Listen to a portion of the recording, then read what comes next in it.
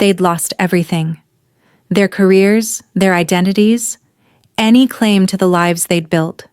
Nadia Brooks, the hunter who never failed, sat in federal custody facing charges that could put her away for 20 years. Kang Ji-hun, the ghost who'd never been caught, was in maximum security for the first time in his life, facing life in prison without parole. But they had one card left to play. One deal that could save them both or destroy them permanently. And the only way it worked was if they trusted each other completely, told the whole truth, and hoped that redemption was real. Before we dive into the final chapter of this story, hit that subscribe button, because watching two people bet everything on love is why we're here. Drop a comment and tell me, do people like them deserve second chances? Let's find out if the universe agrees. They kept them apart. Textbook strategy. Separate the conspirators, make them doubt each other, offer deals individually. FBI wanted confessions that could prosecute both of them. Nadia sat across from Walsh and a federal prosecutor named Mitchell, sharp suit, sharper eyes, looking at her like she was something distasteful he had to deal with. Agent Brooks, Mitchell began, let's be clear about your situation. We have you on video conspiring with a known criminal, planning operations outside official channels, and executing a suspect in front of witnesses. That's conspiracy, obstruction, and murder. You're looking at 20 years minimum. Marco Valenti was wanted for... We know what he was wanted for. Doesn't give you license to execute him. I saved a hostage. You killed a man in cold blood. I killed a monster who murdered my partner and would have killed an innocent girl. Mitchell leaned back. Here's what we're offering. You testify against Kang Ji-hun. Give us everything. How he recruited you, what he promised, how he manipulated you. We'll argue you were compromised, coerced, not thinking.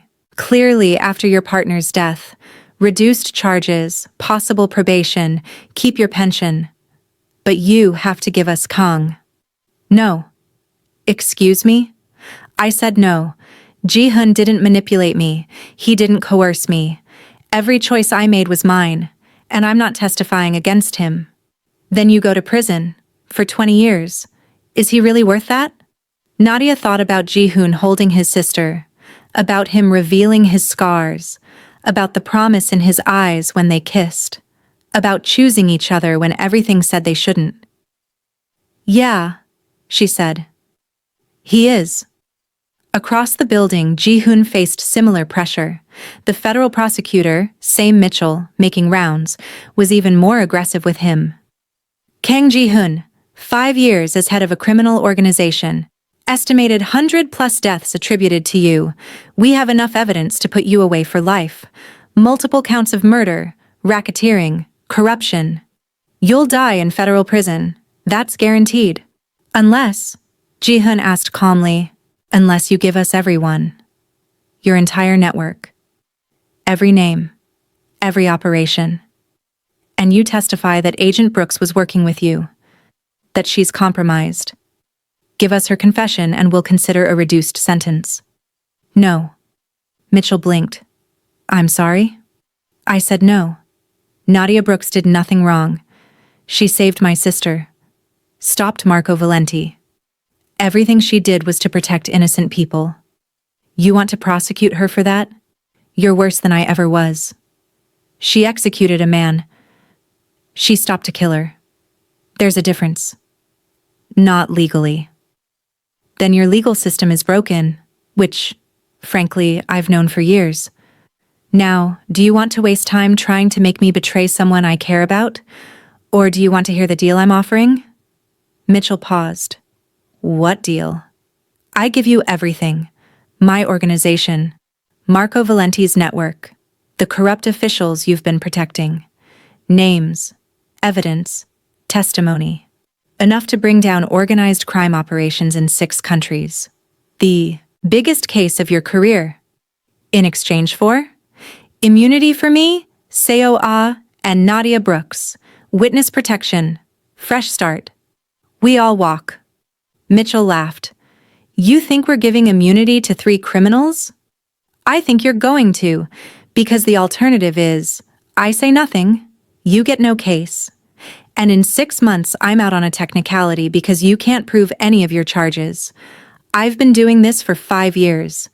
I know how to make evidence disappear. I know which prosecutors are dirty. I know exactly how to walk out of here. You're bluffing. Try me. Silence. Mitchell calculating odds. Realizing Ji-hun was right. Without testimony, without evidence. The case against him was circumstantial at best. I'll have to consult with Washington. You do that.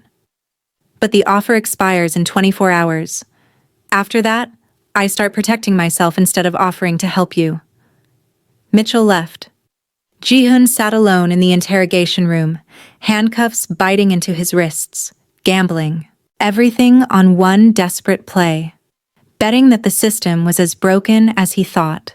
That prosecutors cared more about statistics than justice, that he could trade his empire for freedom, and praying that Nadia was making the same bet. 24 hours later, they brought Nadia and Ji-hun into the same room for the first time since the arrest, a conference room with Walsh, Mitchell, and 3 federal prosecutors from Washington. Nadia and Ji-hun's eyes met across the table, 1,000 conversations in one look. Did you hold out? Did you betray me? Are we doing this together? Both smiled slightly. Message received. All right, Mitchell said. Here's the situation. You've both refused to testify against each other. Both offered immunity deals that frankly sound insane. But Washington wants this case, wants the headlines, wants the arrests. So against my better judgment, we're considering your offer. Considering isn't accepting, Ji-hun said. We need details first. What exactly are you offering? Ji-hun slid an encrypted flash drive across the table. On there is everything. Names of everyone in my organization. 312 people. Financial records showing money laundering operations totaling $2 billion over 5 years. Evidence of corrupt officials. Judges, prosecutors, police captains. All on Marco Valenti's payroll. Testimony connecting my operation to 6 international criminal networks. And Marco's network? Nadia spoke. I have evidence linking Marco Valenti to operations in 12 countries. Drug trafficking, weapon smuggling, human trafficking. Enough to roll up his entire organization posthumously and arrest everyone he worked with. Including, she paused for effect, Agent Ryan Torres, who's been feeding information to organized crime for 3 years. Walsh's expression darkened. Ryan? Your golden boy was dirty, ma'am. I have proof. Recordings, financial transactions, everything. He got Marcus Chen, killed. Protected Marco's operations. He's yours if you want him. The prosecutors exchanged looks. This was bigger than they'd expected. Bigger than 2 rogue agents. This was career-making. In exchange for this, Mitchell said slowly, you want immunity for all 3 of you? Full immunity, Ji-hun confirmed. Witness protection, new identities, fresh start. We testify, give you everything, then we disappear. You get to prosecute hundreds of criminals. We get to live. And if we refuse? Then we both go to trial, Nadia said. Make you prove every charge. Drag this out for years. Cost millions in legal fees. And even if you win, you only get 2 people. Not the hundreds we're offering. More silence. Calculations being made. Justice being weighed against politics. Finally, one of the Washington prosecutors spoke. We'll agree to immunity for you too, but the sister stays in custody pending investigation. No deal, Ji-hun said immediately. Seo-ah is innocent. She had no knowledge of family operations. She's not part of this. She's a Kang. She benefits from criminal proceeds. She's a victim who lost her family and her brother's honesty in one night. You put her in prison, there's no deal. Then there's no deal. Ji-hun stood. Fine. See you in court. Wait. Walsh spoke for the first time. What if we verify her innocence? Full investigation, completely transparent. If she's clean like you say, she gets immunity too. If not, she faces appropriate charges. Fair?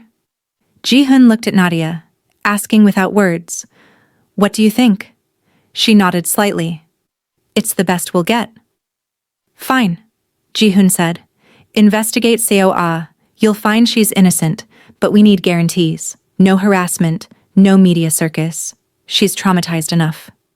Agreed. Mitchell pulled out paperwork. "You'll both need to review immunity agreements, testify to federal grand juries, provide full depositions. This will take months." "We're not going anywhere," Nadia said. "And, after? When all testimony is complete?" "Then we disappear," Ji-hun said. "Witness protection gives us new identities. We leave Seoul, leave our old lives, start over. That's the deal." "Where would you go?" "That's our business." "For the record," Mitchell said, "I think you're both getting away with murder. But politics overrule my opinion. Welcome to the broken system." "We're very familiar with it," Nadia said dryly. "That's why we're here." They signed. Papers that promised freedom in exchange for truth. Papers that ended their old lives and started something new. When it was done, Walsh pulled Nadia aside. "Was it worth it?" she asked quietly. "Everything you gave up?" Nadia looked at Ji-hun across the room, talking with his lawyer, looking more human and less ghost than she'd ever seen him. "Every single thing," she said. Walsh shook her head. "I hope you're right, for your sake." "I am." And surprisingly, she meant it. The next 6 months were a blur of depositions, grand juries, investigations. Ji-hun testified for 8 weeks straight, dismantling everything his father had built and he'd maintained. He gave them names, operations, financial records, everything. 312 arrests across 6 countries, billions in assets seized. Organized crime networks that had operated for decades, suddenly exposed and destroyed. The media called it the largest organized crime prosecution in modern history, compared it to the RICO cases of the 1980s, made Ji-hun a villain and a hero simultaneously, the Mafia lord who'd turned state's evidence, destroyed his own empire, chose redemption over power. Seo's investigation cleared her completely. She'd known nothing, benefited from nothing beyond a comfortable life. The prosecutors had no choice but to include her in the immunity deal. She visited Ji-hun once during testimony, in a secure facility where witnesses were kept. "I'm sorry," she said, tears streaming, "for everything. For not knowing. For running. For—" "Stop." Ji-hun pulled her into a hug. "I've told you, Seo, you have nothing to apologize for. I'm sorry for lying, for keeping you in the dark, for building my life on secrets. It's all on me. But what happens now, after your testimony? We'll start over. New names, new lives, somewhere far from here. Will I ever see you again? Really see you, not supervised visits? Yes. When it's safe. When Marco's organization is completely dismantled, we'll find each other. I promise. I'm going to miss my brother. The real one. Underneath the ghost. He's right here. He never left. He just got lost for a while." They held each other, both grieving the life they'd had and terrified of the one coming, but also hoping. Because for the first time in 5 years, Ji-hun could see a future that wasn't the family business. That was something clean, something his. Nadia's testimony took 4 weeks. She gave them Ryan Torres first. Recordings, financial evidence, testimony about his betrayal. The media circus was brutal. FBI agent turned traitor. Partner who'd gotten Marcus Chen killed. Then she gave them Marco's network. Every connection, every operation, every person who'd worked with him. The FBI made 217 arrests based on her testimony, and she gave them the truth about the corrupt officials, judges who looked the other way, prosecutors who buried evidence, police who took bribes, everything she had gathered after Marcus's death. 12 officials arrested, 8 prosecutors under investigation. The system's rot exposed for everyone to see. The media called her the hunter who burned it all down, made her a traitor and a hero. Some said she'd betrayed her badge, others said she'd honored it by refusing to protect corruption. She didn't care about public opinion, only cared that she'd done the right thing. Finally, Walsh visited her during testimony. "You know they'll never reinstate you, right? Even with immunity, you're done with the FBI." "I know." "Any regrets?" "Just one. That I didn't do this sooner. That I wasted 6 years trying to fix a system that was designed to stay broken." "What will you do? After?" "Haven't decided yet. Maybe private investigation, maybe teaching, maybe nothing for a while. Just exist without the weight." "And Kang?" Nadia smiled. "Ji-hun. His name is Ji-hun, not Kang, not the ghost. Just a man trying to be better than his father." "You love him?" "Yeah, I do. Probably insane, but yeah." Love usually is insane. The question is, can you live with who he was? I think the question is, can he live with who he's becoming? And I think he can. With help. With someone who sees him and doesn't run. Then I hope it works out. Because as much as I don't agree with how you went about this, I think you both deserve peace. Thank you, ma'am, for everything, for being harder on me than anyone else, for making me better. You made yourself better, Brooks. I just provided obstacles. They shook hands. End of an era. Beginning of something else. 3 months into testimony, something happened that no one expected. Ji-hun was being held in a secure safe house, guarded by federal marshals. Tae-yang had been granted limited visitation rights. He'd been cleared of major charges, agreed to testify against the organization's violent elements, received his own immunity deal. One evening, Ji-hun was reviewing testimony notes when he heard voices in the hallway. Tae-yang's voice. And Seo-ah's. That wasn't unusual. Seo-ah visited regularly. What was unusual was the tone. Intimate. Soft. The kind of voices people use when they're alone together. Ji-hun moved to the door quietly, looked through the small window, and saw Tae-yang and Seo-ah in the hallway, standing too close, his hand on her face, her hands on his chest, about to kiss. The door slammed open. "What the hell is this?" Ji-hun's voice was ice and fire. Seo-ah jumped back. Tae-yang stepped between them instinctively, protecting her even from Ji-hun. All that panic and desperation when she'd been kidnapped, all those sleepless nights he'd dismissed as brotherly concern, it clicked into place now. "Hyung, don't you dare." Ji-hun's control was fracturing. "How long?" Silence. "How long?" 8 months, Tae-yang said quietly. "We've been together for 8 months. Ji-hun looked like he'd been punched. 8 months. You've been lying to me for 8 months, sneaking around with my only sister behind my back. We didn't want to lie, but you did. You looked me in the eye every day and lied. Both of you. Because we knew you'd react like this." Seo-ah stepped forward, found her courage. "Because you're so protective you can't see me as anything but a child who needs saving.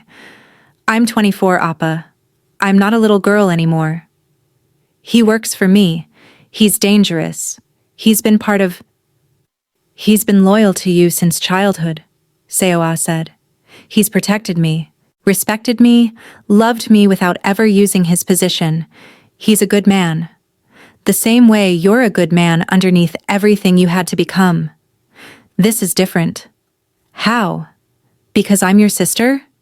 Because you think no one is good enough for me? Because I know what our world does to people. I know the violence, the darkness, the way it destroys everything good. I don't want that touching you. It already has, Seo-ah's voice broke. The moment I learned the truth, it already touched me.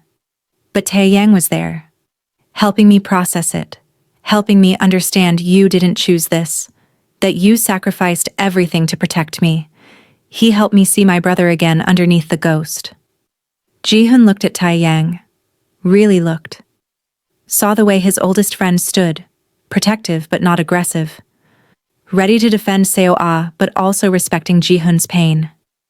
You should have told me, Ji-hun said, voice breaking. I know, I'm sorry, Hyung, but I love her. I have for years. And she loves me. I would never hurt her, never use her.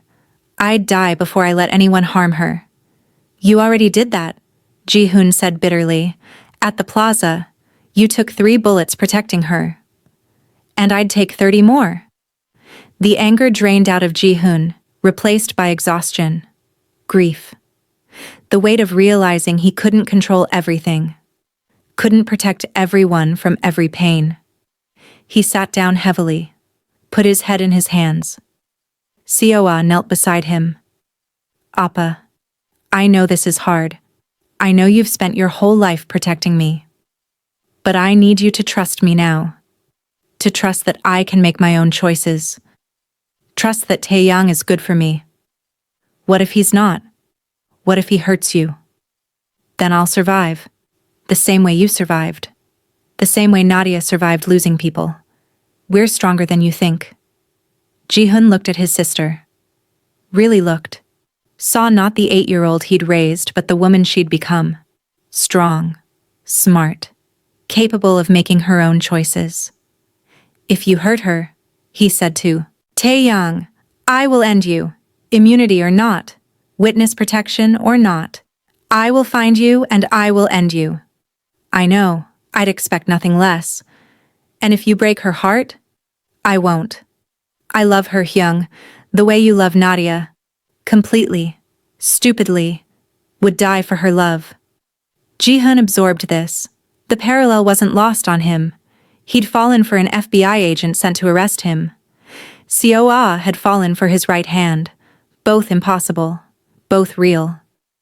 You have my permission, he said finally, but I don't like it. You don't have to like it, Seo-ah said, hugging him fiercely. You just have to trust me.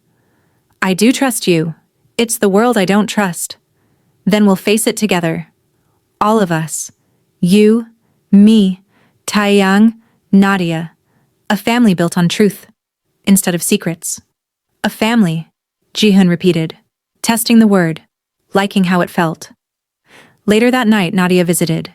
Ji-hun told her everything. You're handling this well, she observed. I almost killed him. But you didn't. That's growth. Seo-ah deserves better than my father's lieutenant. Seo-ah deserves someone who loves her, who sees her, who'd die for her.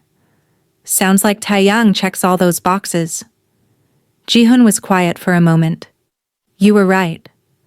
What you said about seeing gray instead of black and white, about people being more than their worst choices, I've been asking you to see that in me. Now I have to do the same for Tae-yang. Look at you, growing as a person. I'm so proud, she teased. Don't mock me. He barely pouted. Nadia chuckled softly before cupping his face. I'm not mocking. I'm genuinely proud. She kissed him softly. You're becoming the man you were supposed to be. Before your father. Before the empire. Just Ji-hun. Just Ji-hun, he repeated. I think I like him better than the ghost. Me too, Nadia replied, their heads resting on each other. When testimony finally concluded, they held one last meeting. Ji-hun, Nadia, Seo-ah, and the prosecutors. We have final details, Mitchell said. Witness protection will provide new identities for all 3 of you. You'll be relocated. Together, Ji-hun interrupted. The 3 of us aren't separating. That's not protocol. Then change protocol. Seo-ah needs family. That's me and Nadia. We're not separating. Seoul looked at Nadia, surprised. You want me with you? Of course. You're Ji-hun's sister. That makes you family. But I barely know you. Then we'll get to know each other. Build something new with each other. All three of us. Seo's eyes filled with tears, her heart overwhelmed with joy. I know I've said this before. Thank you for everything. For saving me and not giving up on my brother. For seeing that he can be redeemed. For wanting to build a family with us. Please stop thanking me already, Seo. Nadia said softly, reaching out and squeezing her hand. I'm already getting embarrassed by it. I'm just glad you're safe. That we're all going to be okay. Mitchell watching. Them sighed. Fine. You'll be relocated together. But that means you share one location. One set of identities. If one of you is compromised, all three are at risk. We'll manage, Ji-hun said. Where do you want to go? Ji-hun looked at Nadia. Brooklyn? She smiled. Brooklyn. Then welcome to New York, Mitchell said. Your new lives start in 2 weeks. But Marco Valenti's empire wasn't done with them yet. 2 days before they were scheduled to enter witness protection, the remnants of Marco's organization made their move. A car bomb outside the safe house where Seo was staying. She survived. Barely. Burns on her arms, shrapnel wounds, traumatized but alive. A shooter tried to take out Ji-hun during a courthouse transfer. Tae-yang threw himself in front of the bullet, took one in the shoulder, survived. And someone tried to poison Nadia's coffee at the FBI building. She noticed the bitter taste, spit it out. Close call. 3 attempts in 1 day. Marco's second in command sending a message. This isn't over. The FBI went into lockdown mode, moved all 3 of them to a classified location, round-the-clock security, no visitors, no outside contact. We can't live like this, Seo said, bandaged and shaking. Always looking over our shoulders, always waiting for the next attempt. You won't have to, Nadia said. Her voice had gone cold, the hunter emerging. Because I'm going to end this. Ji-hun looked at her sharply. What are you planning? What I should have done at the plaza. Make sure Marco's empire dies with him. Nadia, you have immunity. You go after them. You risk everything. I don't care. They hurt Seo. They hurt Tae-yang. They're threatening our future. That ends now. Then we both do it. No. You stay here. Protect your sister. I'm going hunting. She said it with such finality that Ji-hun knew arguing was useless. The hunter had her scent. And nothing would stop her until the prey was dead. Nadia spent 2 days gathering intelligence. Marco's second in command was a man named Luca Esposito, Italian, brutal, hiding in an industrial complex in Incheon. She went alone. No backup. No FBI. Just her weapon, and 18 months of rage that had never fully been satisfied. The complex was guarded. 12 men. Professional. Nadia went through them like smoke. Years of training, perfect accuracy, cold efficiency. This wasn't about justice anymore. This was about protection. About eliminating threats to her family. She found Luca in an office surrounded by paperwork, planning his next move. He looked up when she entered. Smiled. The famous hunter. Marco told me about you. Said you were good. I'm better than good. You here to arrest me? Take me in? No. I'm here to make sure Marco's empire dies completely. That no one ever threatens the people I love again. Love. He laughed. You fell for the ghost. How poetic. How stupid. Last words? She asked, raising her weapon. You think killing me changes anything? There are others? There will always be others. Maybe. But they'll know what happens when you come after what's mine. She pulled the trigger. Once. Clean. Professional. Luca Esposito died the same way Marcus Chen had. Suddenly, violently, without mercy. But this time, Nadia didn't feel guilt. Didn't feel conflicted. Just felt the weight lift slightly. One more monster dead. One more threat eliminated. She walked out of the complex, past the bodies, into the Seoul night. And finally, let herself grieve Marcus. Let herself cry for her partner, her friend, the man who'd believed in justice even when the system failed him. I got them, she whispered to the sky. Marco, Ryan, Luca, everyone who hurt you, you can rest now. When she returned to the safe house, Ji-hun was waiting. He took one look at her face and knew. It's done? It's done. Are you okay? I will be. He pulled her close, let her lean on him, let her be vulnerable, for the first time since Marcus died. Thank you, he said quietly, for protecting us, for ending it. That's what family does. Family, he repeated. I like the sound of that. 2 weeks later, they boarded a private plane to New York. New identities, new lives, new beginning. Nadia Brooks became Nadia Carter. Ji-hun became James Park. Seoul kept her first name but took the surname Kim. Brooklyn welcomed them with autumn colors and the familiar chaos Nadia had grown up with. They rented a brownstone in Crown Heights. 3 bedrooms, small garden, nothing fancy, just home. Nadia opened a private investigation firm. Carter and Park Investigations. Small office in downtown Brooklyn. They took cases the police wouldn't. Missing persons, cold cases, domestic situations that needed careful handling, helping people, making a difference without the badge. Ji-hun worked as a security consultant. Legitimate work using his strategic mind without the violence. Teaching store owners how to protect themselves, building something honest. Seoul opened a small art gallery in Williamsburg, showcasing local artists, hosting community events, building a life that was completely hers. And 6 months after arriving in New York, she married Tai Yang in a small ceremony in their garden. Ji-hun walked her down the aisle. Nadia stood as her maid of honor. Just family. Just love.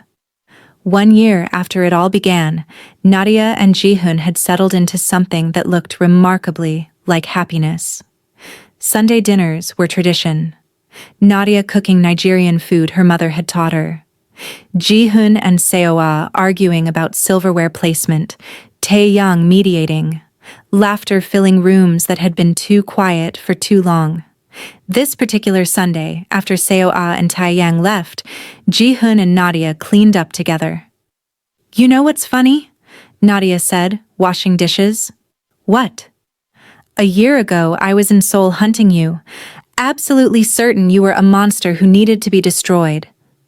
And now I can't imagine my life without you. He set down the dish towel, turned to face her fully. Neither can I. You saved me, Nadia. From my father's legacy. From myself.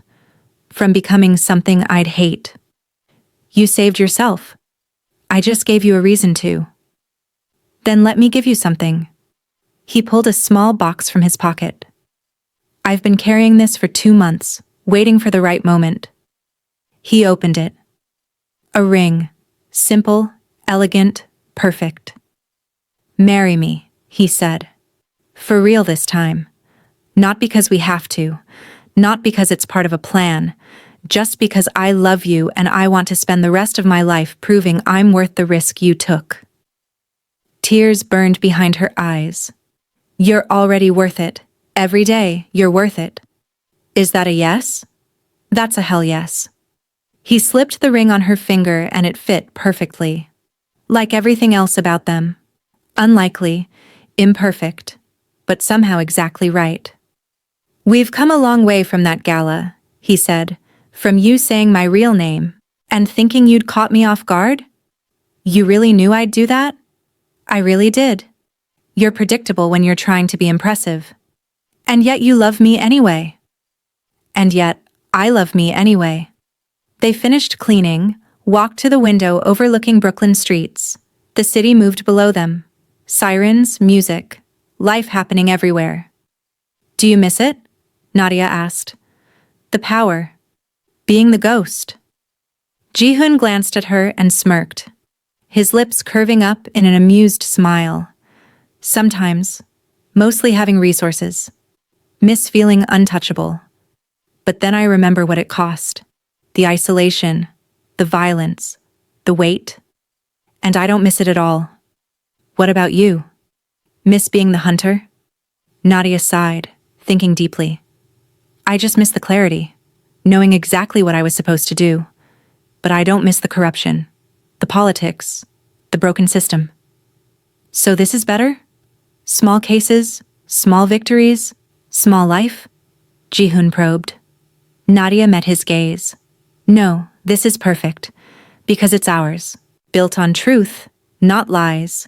Built on choice, not obligation. I never thought I'd have this, Ji-hun said. A real partner, real life, real shot at happiness. Me neither. But here we are. Here we are. They smiled in agreement. They stood together, building dreams instead of running from nightmares, and it felt like coming home. 6 months later, the private investigation firm had grown. They'd taken on a partner, former cop named Martinez, who'd gotten sick of department politics. Cases were steady, reputation was building. They were making a real difference. COA's gallery was thriving. She'd become pregnant, glowing with joy, already decorating a nursery. Tae-yang had found work as a security consultant alongside Ji-hun. The four of them, 5 soon, building a family from the wreckage of their old lives. One evening, Nadia and Ji-hun were closing up the office. Last client had left, city getting ready for night. The door opened. A young woman walked in, nervous, clutching a folder. I'm sorry, she said. I know you're closing, but I heard you help people who can't go to the police. We do, Nadia said gently. What do you need? My brother. He's trapped. Working for people who'll kill him if he tries to leave. I don't know what to do. I heard you specialize in cases like this. Helping people escape impossible situations. Nadia and Ji-hun exchanged a look. A whole conversation in one glance. This is what we do now, that look said. We help ghosts become real. We save people the system won't. We give them what we found. Second chances. Sit down, Ji-hun said. Tell us everything. We'll help. The young woman sat, started talking, hope replacing fear in her eyes, and Nadia thought about how far they'd come, from hunter and prey, from enemies to partners to lovers to something more, from people trapped by their pasts to people building futures. She'd destroyed her career to save him. He'd destroyed his empire to be worthy of her. They'd both lost everything that defined them, and found everything that mattered. As the young woman told her story, as Ji-hun took notes with that strategic mind now used for good, as the Brooklyn night settled around them, Nadia felt peace, real peace, not the adrenaline high of catching prey or the victory of closing cases. Just contentment. They'd been ghosts and hunters, criminals and agents, enemies who became the only people who truly saw each other. And now they were just Nadia and Ji-hun. Partners in every sense, building a life where broken people could heal, where second chances were real, where love that shouldn't work did anyway. Thank you, the young woman said when they'd heard her full story. For listening, for caring, for giving me hope. That's what we do, Nadia said. We don't make people disappear. We make them real. We help them become who they were supposed to be before the world broke them. Like you did for each other? Nadia smiled. Exactly like that. After the woman left with a plan and a promise to follow up, Ji-hun pulled Nadia close, hugging, intimate. We did good today, he said. We did, she hummed. Think we can keep doing good? I think we have to. It's who we are now. The hunter who learned mercy. The ghost who became human. Building something beautiful from all the broken pieces. I love you, Nadia Carter, Ji-hun said, tightening his arm around her. I love you, James Park. She hummed, returning the gesture. They locked up the office, walked home through Brooklyn streets hand in hand, and for the first time in both their lives, they felt like they'd found where they belonged. Not in power or badges or empires or perfect records. In each other. In family. In the quiet work of helping people find their way home. The ghost and the hunter had disappeared. But Nadia and Ji-hun were just beginning. If you made it to this end, you're a rare gem. Thank you for going on this journey with Nadia and Ji-hun. Hit that subscribe button because stories like this, stories about redemption and second chances and love that shouldn't work, but does, are what we're all about. Drop a comment telling me what you think. Did they deserve their happy ending? Would you have made the same choices? And most importantly, do you believe in love that's worth destroying everything for? Share this with someone who needs to believe that broken people can heal, that second chances are real, that sometimes the person you're hunting becomes the person who saves you. Thank you for being here. Until the next story. Thanks for watching.